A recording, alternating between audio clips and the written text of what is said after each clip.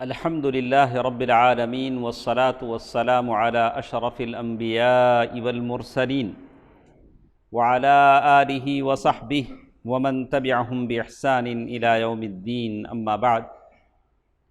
جتنے ہمارے دوست احباب ہیں اور جو لوگ ہمیں دیکھتے اور سنتے ہیں، تمام سے ہماری گزارش ہے کہ اپنی نیتوں کو خالص کر لیں، اس لیے کہ یہ جو سیرت کی مجلسیں ہیں جس میں ہم اپنا وقت لگاتے ہیں، بیٹھتے ہیں، سنتے ہیں، دوسرا سارا کام چھوڑ کر یہاں آتے ہیں، تو یہ صرف اور صرف اللہ کے لیے ہم کرتے ہیں، اللہ کے نبی کی سیرت جاننے کے لیے ہم بیٹھتے ہیں۔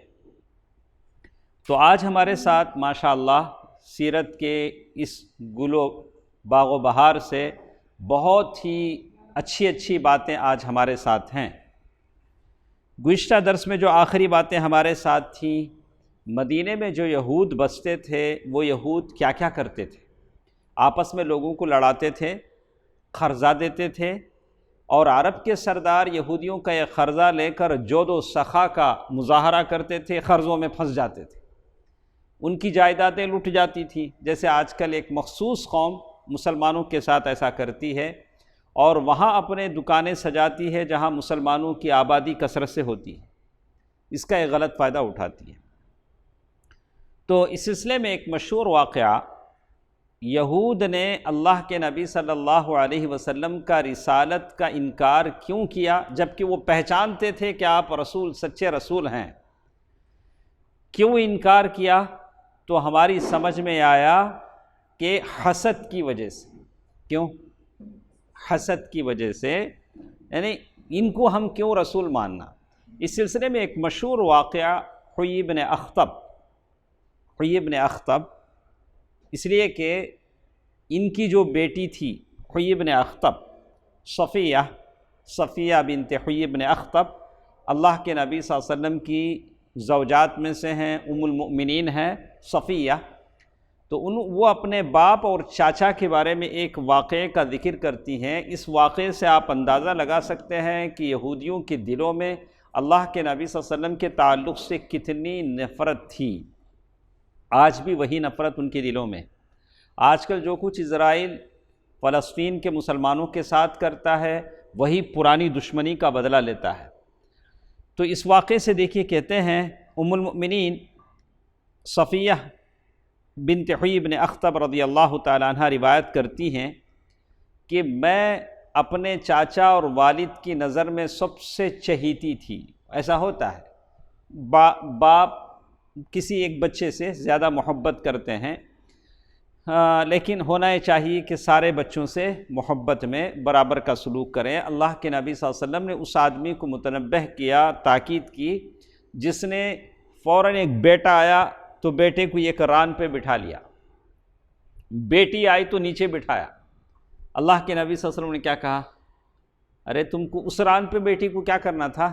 بٹھا لینا تھا۔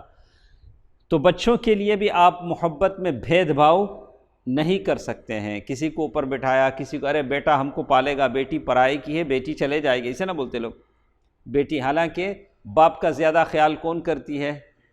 بیٹی ہی کرتی ہے۔ اور بیٹی جاتی ہے کس کی طرف؟ باپ پر یا بھائی پر؟ ادریس بھائی بیٹی ہے آپ کو؟ ہے، ماشاء اللہ ماشاء اللہ۔ تو اسی لیے کہتے ہیں کہ واقعی اگر بیٹے اتنے ہوتے فضیلت اور اس کے حامل ہوتے تو اللہ تعالیٰ اپنے نبی کو 4 بیٹیاں نہیں دیتا۔ بہرکیف تو دونوں کیا اپنے اپنے الگ الگ ہیں، فوائد کے اعتبار سے دونوں الگ ہیں، اللہ تعالیٰ بہتر جانتا ہے۔ تو صفیہ بنت حیی بن اخطب رضی اللہ تعالی عنہ فرماتی ہیں کہ میں اپنے والد اور اپنے چچا کی بہت چہیتی تھی۔ ایسا ہوا جب ہم لوگ سب چھوٹے چھوٹے بچے سامنے جاتے تو میرے ابا سب کو چھوڑ کر مجھے گود میں اٹھاتے، تو ایک طرح کی محبت تھی جو ہو گئی تھی۔ اللہ کے نبی صلی اللہ علیہ وسلم مکے سے ہجرت کر کے مدینہ پہنچے ہیں۔ مدینہ پہنچنے سے پہلے اللہ کے نبی صلی اللہ علیہ وسلم نے کہاں قیام کیا؟ رفیق بھائی، مدینہ آنے سے پہلے اللہ کے نبی صلی اللہ علیہ وسلم نے کہاں قیام کیا؟ جنید بھائی، قباء میں بنو عمرو بن عوف ایک قبیلہ تھا، وہاں اللہ کے نبی صلی اللہ علیہ وسلم ٹھہرے رہے، کتنے دن ٹھہرے، 8 دن، 12 دن، 24 دن، الگ الگ اقوال اس کے ہیں۔ اب اللہ کے نبی صلی اللہ علیہ وسلم آئے ہیں تو سارے لوگ آ رہے ہیں جوق در جوق دیکھنے کے لیے۔ تو صفیہ بنت حیی بن اخطب کے جو ابا تھے حیی بن اخطب، ان کے دل میں بھی جوش آیا، بولا کہ چلو ہم بھی جا کے اس رسول کو دیکھتے ہیں۔ تو اپنے ان چچا کو لے کر نکلے، یعنی ان کی چچا صفیہ کی چاچا کو لے کر نکلے، مطلب 2 بھائی حیی بن اخطب اور ان کے بھائی دونوں نکلے۔ اللہ کے نبی صلی اللہ علیہ وسلم کے پاس گئے، واپس آئے نہیں، سورج ڈوبنے کا وقت آیا، وہاں سے دونوں واپس آئے۔ کہاں جا کر آئے ہیں دونوں؟ کوئی سمجھے نہیں۔ اللہ کے نبی صلی اللہ علیہ وسلم مکے سے ہجرت کر کے قباء میں آ کے پڑاؤ کیے ہیں، جگہ جگہ سے لوگ آپ کو دیکھنے کے لیے آ رہے ہیں۔ تو صفیہ بنت حیی بن اخطب کے ابا حیی بن اخطب جو یہودیوں کے جانے مانے سردار تھے، اپنے بھائی کے ساتھ، یاسر ان کے بھائی ہیں، دونوں مل کے گئے ہیں۔ کہاں گئے ہیں؟ قباء۔ کیوں گئے ہیں؟ اللہ کے نبی صلی اللہ علیہ وسلم دیکھنے کے۔ صبح تڑکے نکلے، شام تک واپس نہیں آئے۔ شام سورج غروب ہونے سے پہلے آئے، تھکے ماندے بوجھل قدموں کے ساتھ گرتے پڑتے آئے، اور روزانہ کی طرح صفیہ بنت حیی بن اخطب چھوٹی سی بچی ہیں، روزانہ کی طرح صفیہ بنت حیی بن اخطب چھوٹی سی بچی ہیں، فوراً سامنے گئیں کہ ان کو گود لیں گے، لیکن ان کے ذہن اتنے تھکے ہوئے ہیں، جو کچھ انہوں نے دیکھا ہے گود تک نہیں لیا۔ کس کو گود نہیں لیا؟ صفیہ بنت حیی بن اخطب کو۔ بہت زیادہ غم میں تھے، ادھر دیکھا ہی نہیں ان کی طرف۔ اور چاچا جو تھے یاسر، حیی بن اخطب کو پوچھ رہے تھے کہ کیا یہ وہی ہے جس کا ذکر ہماری کتابوں میں ہے؟ تو حیی بن اخطب نے کہا کہ بالکل یہ محمد ہیں جن کا ذکر ہماری کتابوں میں ہے، خدا کی قسم۔ چچا نے پھر کہا یاسر نے، آپ بالکل ٹھیک پہچانتے ہیں نا؟ ٹھیک پہچان رہے ہیں؟ بولا کہ ہاں بالکل، میں مطمئن ہوں۔ تو پھر یاسر نے پوچھا کہ اب آپ کے دل میں کیا خیال ہے ان کے تعلق سے؟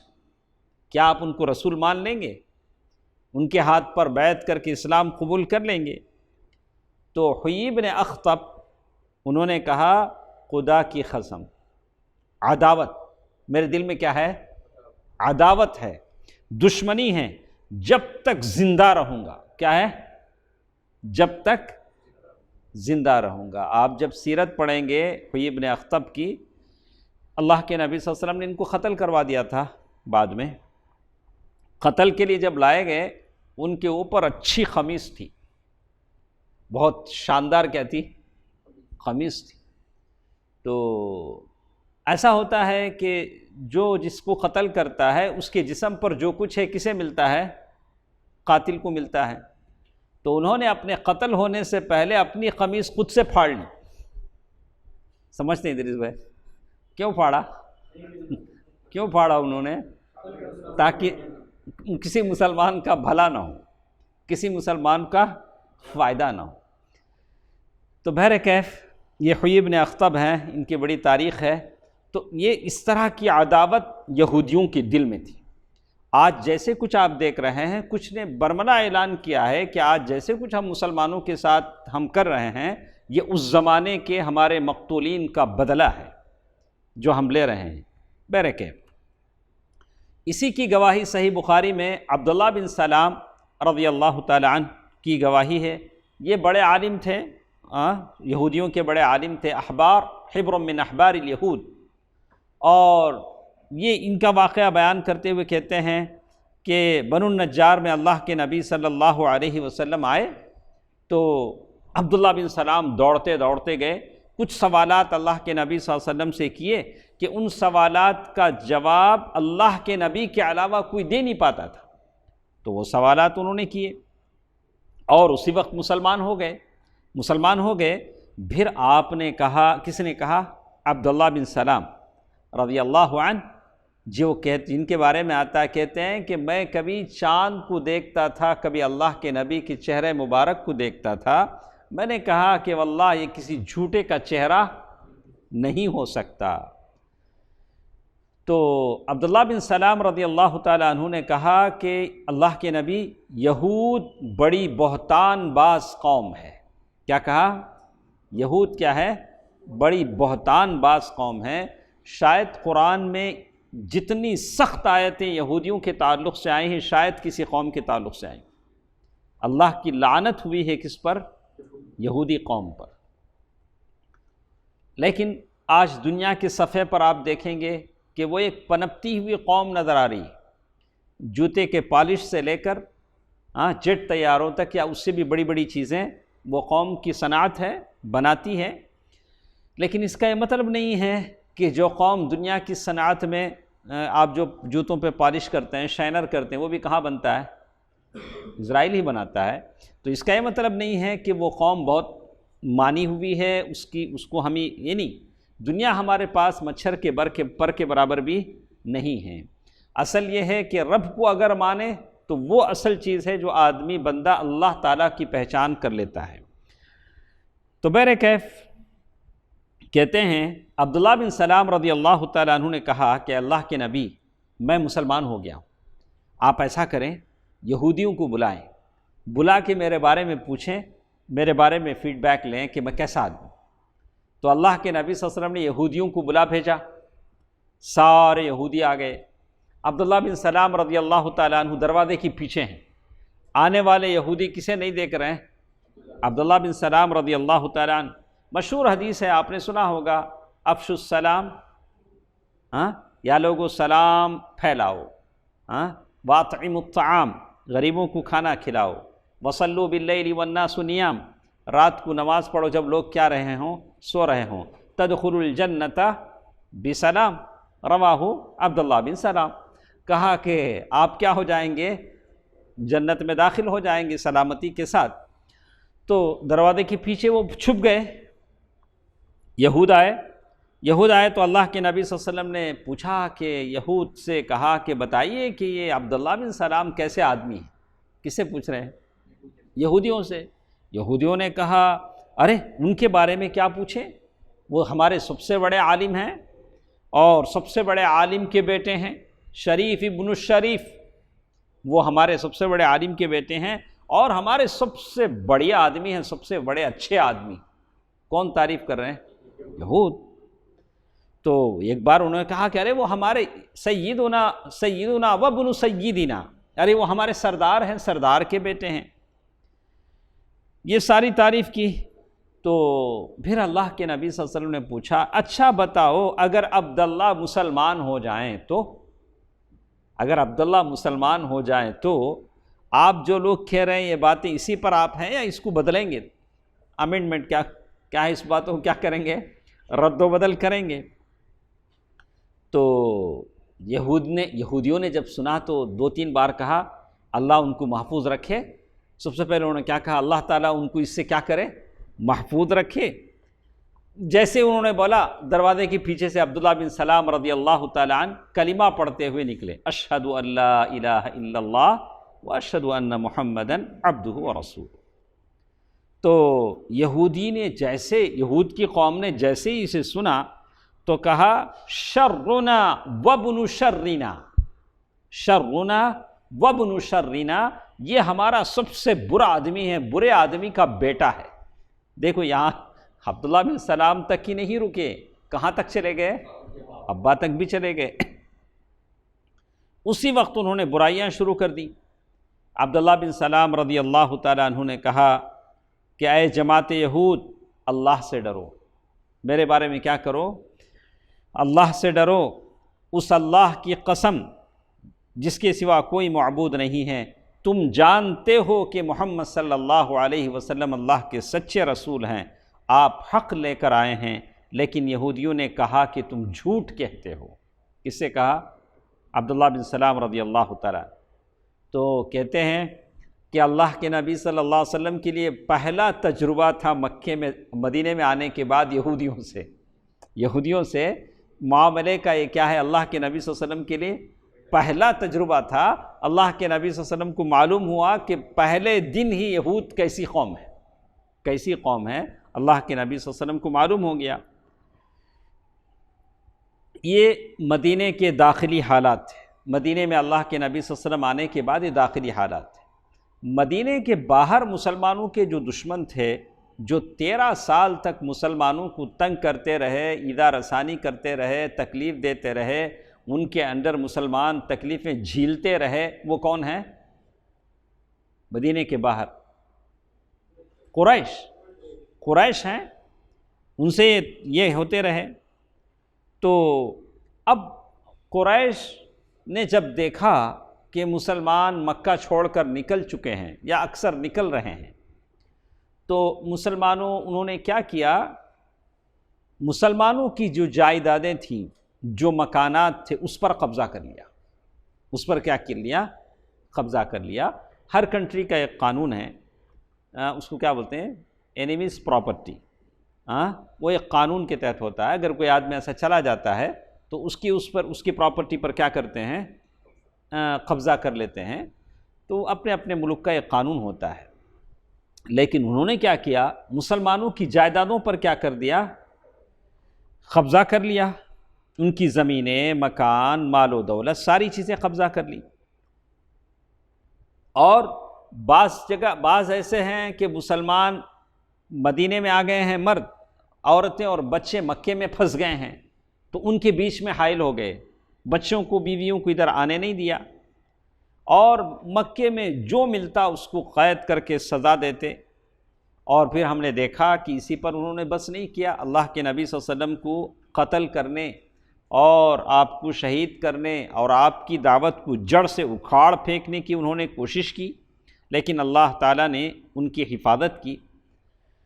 اب ہوا یہ تھا کہ قریش کعبۃ اللہ کی سرداری ان کے پاس تھی، تو اس طرح سے وہ جو بات بولتے تھے، آس پاس کے کافر بھی ان باتوں کو کیا کرتے تھے؟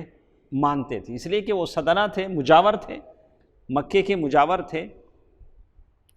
تو انہوں نے آس پاس کے جو کافر ہیں، مطلب طائف کے کافر ہیں یا ادھر ادھر کے جو کافر ہیں، سب کافروں کو بھڑکا کر مدینے کا بائیکاٹ کر دیا۔ ایک طرح سے کیا کر دیا؟ مدینے کا بائیکاٹ کر دیا۔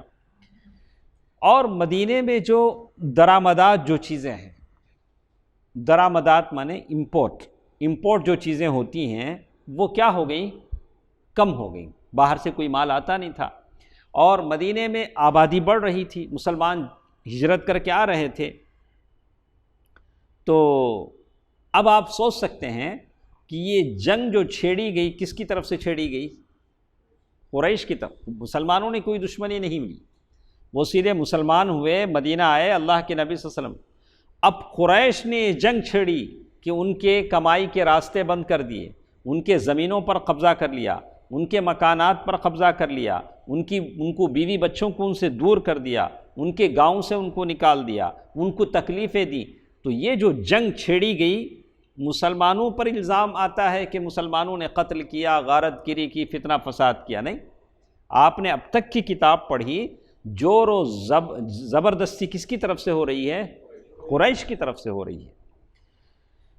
تو اب آپ یہ فیصلہ کریں، اب مسلمانوں کو یہ حق تھا کہ اب ان کے مالوں کو ضبط کریں۔ کس کے؟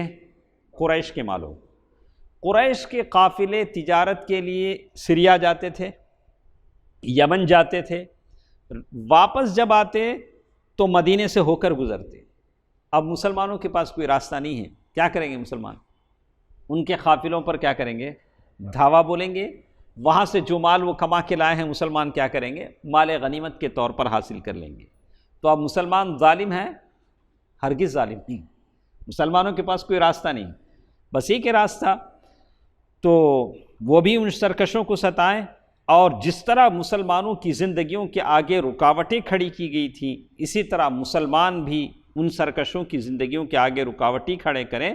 اور اس کو کہتے ہیں جیسے کو تیسا، ٹٹ فار ٹیٹ۔ بالکل مسلمانوں نے سے کیا، مسلمانوں کی طرف سے ایسا نہیں تھا، جو کچھ بھی ان کی طرف سے ہوا، اس کو ہم اردو میں کیسے بولیں گے؟ جیسے کو تیسا، جیسے کو تیسا۔ ہاں، ایک اور حساب بھی ہے، تو سیر تو میں سوا سیر، ایسا مسلمانوں نے نہیں کیا۔ مسلمانوں نے کیا کیا؟ تم جتنا کرو گے ہم اتنا ہی کریں گے۔ اس زیادتی کا حکم اللہ تعالیٰ نہیں دیتا ہے۔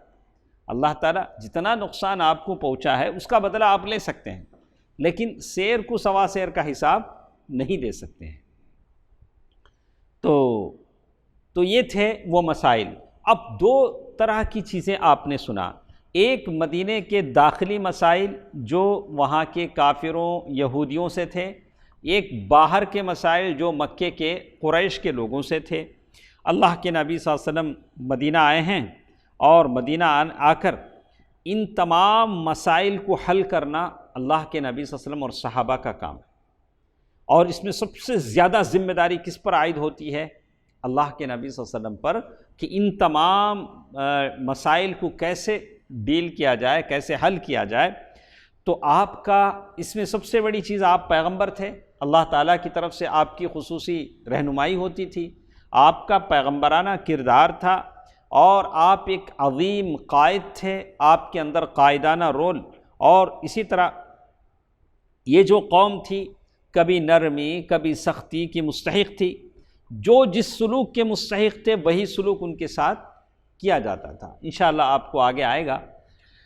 میں ہمیشہ دوستوں سے کہتا ہوں کہ ہمیشہ نرمی ہر جگہ نہیں چلتی۔ آپ نے سیرت میں اس چرواہے کا حال سنا جس نے وہ جو چند لوگ تھے جن کو بیماری ہو گئی تھی، اللہ کے نبی صلی اللہ علیہ وسلم نے ایک اونٹ چرانے والے کے ساتھ چند اونٹ دے کر بھیجے کہ جاؤ گاؤں کے باہر رہو، اونٹ کا دودھ یا یہ پیو، اللہ تعالیٰ تمہیں کیا کر دے گا؟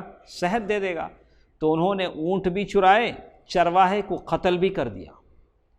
تو اللہ کے نبی صلی اللہ علیہ وسلم نے کچھ صحابہ کو تیزی سے ان کے پیچھے بھگایا، ان کو پکڑا، جیسے کچھ انہوں نے اس چرواہے کو قتل کیا تھا ویسے ہی ان کو قتل کروایا، ہاتھ پیر کاٹے گئے اور گرم گرم دھوپ کی چٹانوں میں، گرم تپتی چٹان میں ان کو ڈال دیا گیا۔ ہاتھ پیر کٹ چکے تھے، اتنی شدت سے وہ تڑپ رہے تھے کہ پتھروں کو دانتوں میں لے کر کیا کرتے تھے؟ یہ دیتے۔ ایسا اب میں سوچتا ہوں اللہ کے نبی صلی اللہ علیہ وسلم رحمۃ للعالمین ہیں، لیکن ایسا کیوں ہوا؟ ایسا اس لیے ہوا کہ انہوں نے ویسے ہی کیا کیا، اس چرواہے کو قتل کیا، اور بالکل جیسے کو تیسا، بالکل ویسے ہوا۔ تو بہرکیف ہاں، اگر معاف اگر ہوتا ہے، اولیاء اگر معاف کرتے ہیں، مقتول کے جو ذمہ دار ہیں وہ معاف کرتے ہیں، بولو چاہے معاف کر، ہم لوگ معاف کرتے ہیں، بات الگ ہے۔ ہاں، اگر معافی کر دیتے ہیں تو وہ بات الگ۔ اگر کوئی معاف نہیں کرتا، قصاص لینا چاہتا ہے تو اس کو قتل کر دیا جائے گا۔ تو کہتے ہیں اللہ کے نبی صلی اللہ علیہ وسلم نے اپنے رحمت اور محبت کے پہلو کو ہمیشہ اوپر رکھا، اور اللہ کے نبی صلی اللہ علیہ وسلم نے ایک اچھے اور احسن طریقے سے کیسے اس معاشرے کی تشکیل دی، انشاءاللہ اس کو ہم پڑھیں گے۔ جیسے شیخ نے یہاں لکھا، نئے معاشرے کی تشکیل۔ نئے معاشرے کے معنی ایک نئی سوسائٹی اللہ کے نبی صلی اللہ علیہ وسلم نے مدینہ پہنچ کر بنائی۔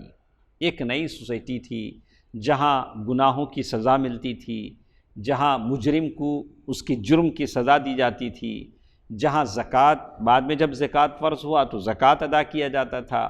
ایک بالکل اسلامک سوسائٹی اللہ کے نبی صلی اللہ علیہ وسلم نے تشکیل دی۔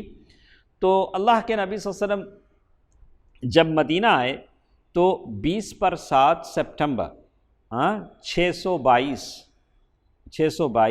عیسوی، 20/7 سپٹمبر، آج کیا تاریخ ہے؟ اکتوبر ہے، نہیں اکتوبر ہے۔ تو اللہ کے نبی صلی اللہ علیہ وسلم آئے تو 27 سپٹمبر 622 عیسوی کو اللہ کے نبی صلی اللہ علیہ وسلم ابو ایوب انصاری رضی اللہ تعالیٰ عنہ کے گھر میں قیام کیا۔ تو ابو ایوب رضی اللہ تعالیٰ عنہ کے قیام کرنے کے بعد سب سے پہلے اللہ کے نبی صلی اللہ علیہ وسلم نے مسجد بنائی۔ تو اللہ کے نبی صلی اللہ علیہ وسلم نے مسجد بنانے کے لیے وہی جگہ منتخب فرمایا جس جگہ آپ کی اونٹنی بیٹھی تھی، اس جگہ۔ اللہ کے نبی صلی اللہ علیہ وسلم نے پوچھا، ابھی کیا ہے، کچھ ظالم حکومتیں ہیں، کچھ بنانا چاہتی ہیں، جگہ قبضہ کر لیتی ہیں۔ اب وہ جگہ کس کی ہے اس سے ہم کو مطلب نہیں ہے، ہم حکومت میں ہیں، ہم اپنا کچھ بھی بنانا چاہیں گے، آپ جانیں خلاص۔ لیکن اللہ کے نبی صلی اللہ علیہ وسلم نے ایسا نہیں کیا، بولا کہ جہاں اونٹنی بیٹھی تھی، بولا کہ یہ جگہ کس کی ہے، یہ جگہ کس کی ہے، اور قیمت دے کر اللہ کے نبی صلی اللہ علیہ وسلم نے وہ جگہ خریدی، 2 یتیم بچوں کی جگہ تھی۔ اللہ کے نبی صلی اللہ علیہ وسلم نے پے کیا، ادا کیا، وہ زمین اللہ کے نبی صلی اللہ علیہ وسلم نے خریدا، اور بنفس نفیس، یعنی آپ خود مسجد کے بنانے میں کیا رہے، شریک رہے۔ یہ بہت بڑی بات، ہم خود کسی کام میں شریک ہوں، اور اللہ کے نبی صلی اللہ علیہ وسلم پتھر ڈھوتے جاتے تھے اور شعر پڑھتے جاتے تھے، اللہم لا عیش الا عیش الآخرہ فاغفر للانصار والمہاجرہ۔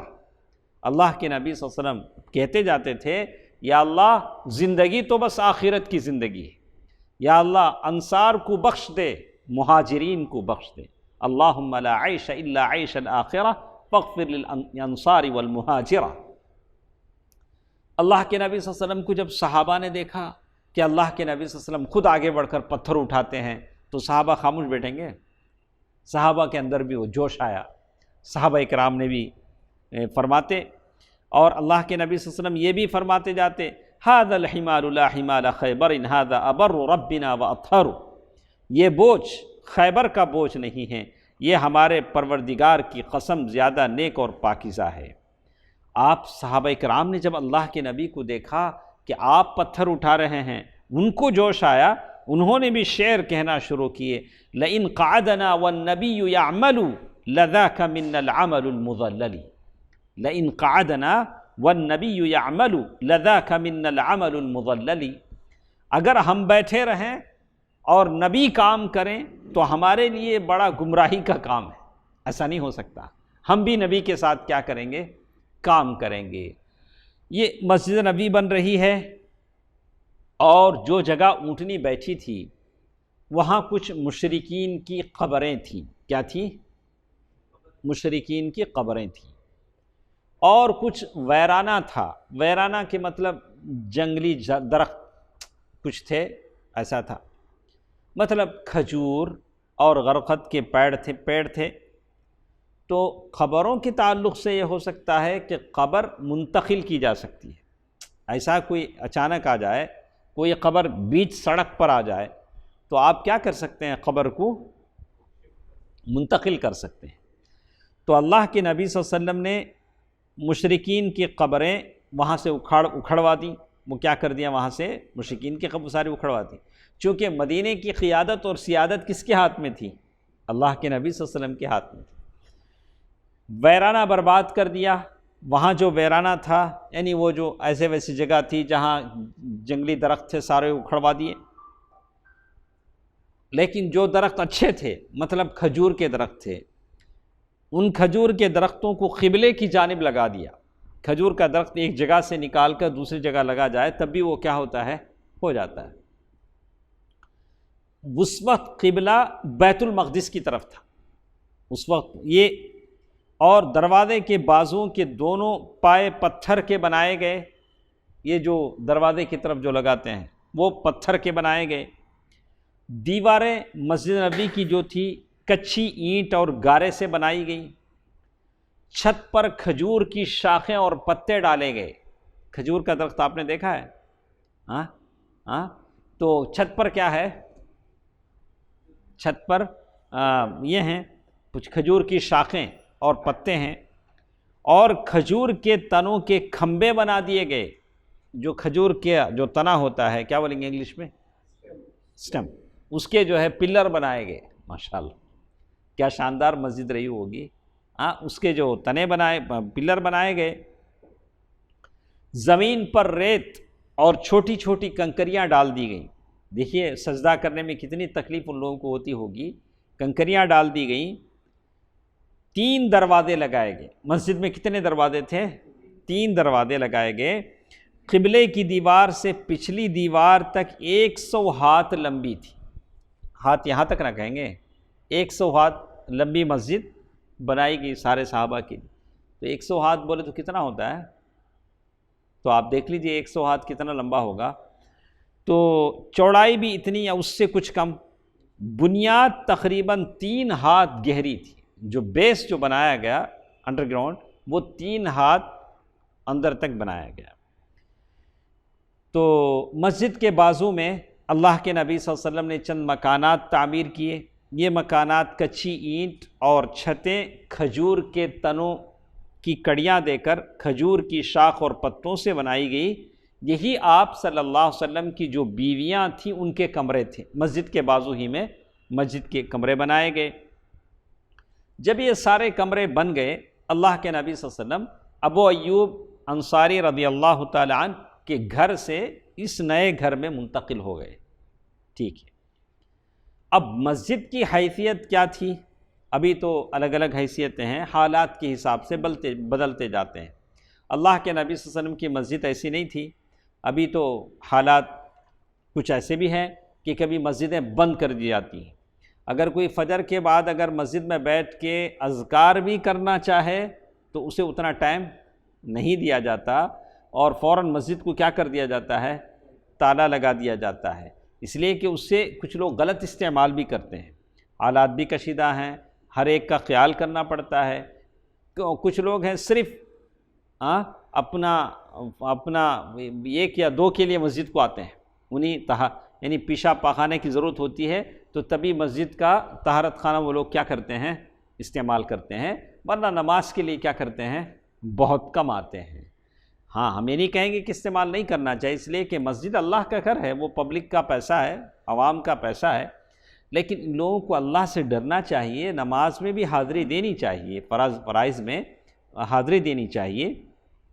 تو کہتے ہیں کہ اللہ کے نبی صلی اللہ علیہ وسلم کی جو زمانے کی مسجد تھی وہ ایک یونیورسٹی تھی جس میں مسلمان اسلامی تعلیمات و ہدایات کا درس حاصل کرتے تھے، اور ایک محفل تھی جس میں مدتوں جاہلی کشاکش اور نفرت اور آپس میں لڑائیوں سے دوچار ہونے والے قبائل کے افراد اب میل و ملاپ محبت سے رہتے تھے۔ کیا ہے؟ یہ لوگ میل و ملاپ محبت سے رہتے تھے۔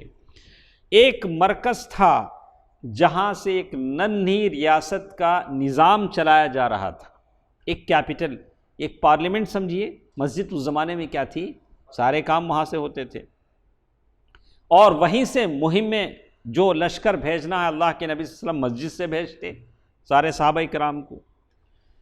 اور ایک پارلیمنٹ تھی جس میں مجلس شورا اور مجلس انتظامیہ کی اجلاس منعقد ہوتے تھے۔ 2 چیزیں ہوتی ہیں، ایک مجلس شورا ایڈوائزری باڈی ہوتی ہے، یہ کور کمیٹی ہوتی ہے جس کو ہم مجلس انتظامیہ کہتی ہیں۔ کور یعنی یہ سارے کام کہاں ہوتے تھے؟ مسجد میں ہوتے تھے۔ ان سب کے ساتھ ساتھ یہ تو ہمارے پاس ہوتا ہے، لیکن اس سب کے ساتھ ایک اور کام بھی ہے جو آج ہمارے پاس نہیں ہوتا ہے۔ وہ کیا ہوتا تھا؟ مسجد میں ان فقراء مہاجرین کی ایک خاصی بڑی تعداد کا مسکن تھی۔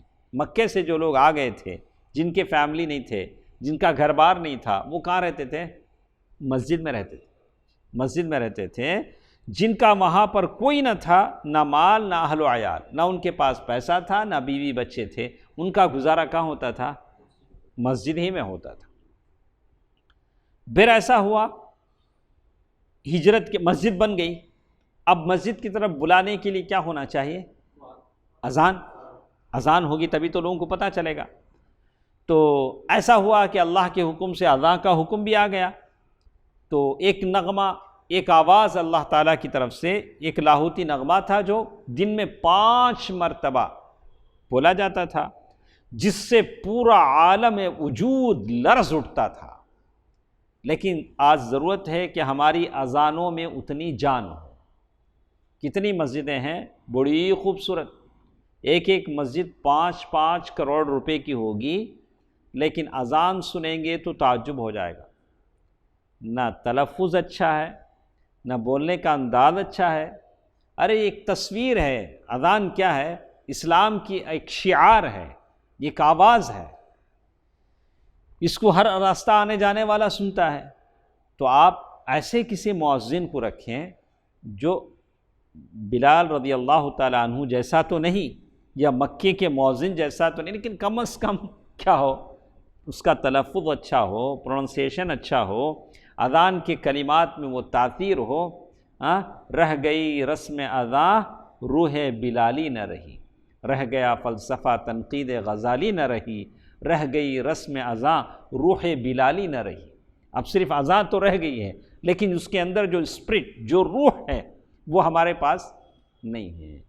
تو اس لیے کہ اذان سن کر بھی بہت سارے لوگ کیا ہوتے تھے؟ مسلمان ہو جاتے تھے۔ تو مسجد کے جو ذمہ داران ہیں، متولیان ہیں، ان کو توجہ دینی چاہیے۔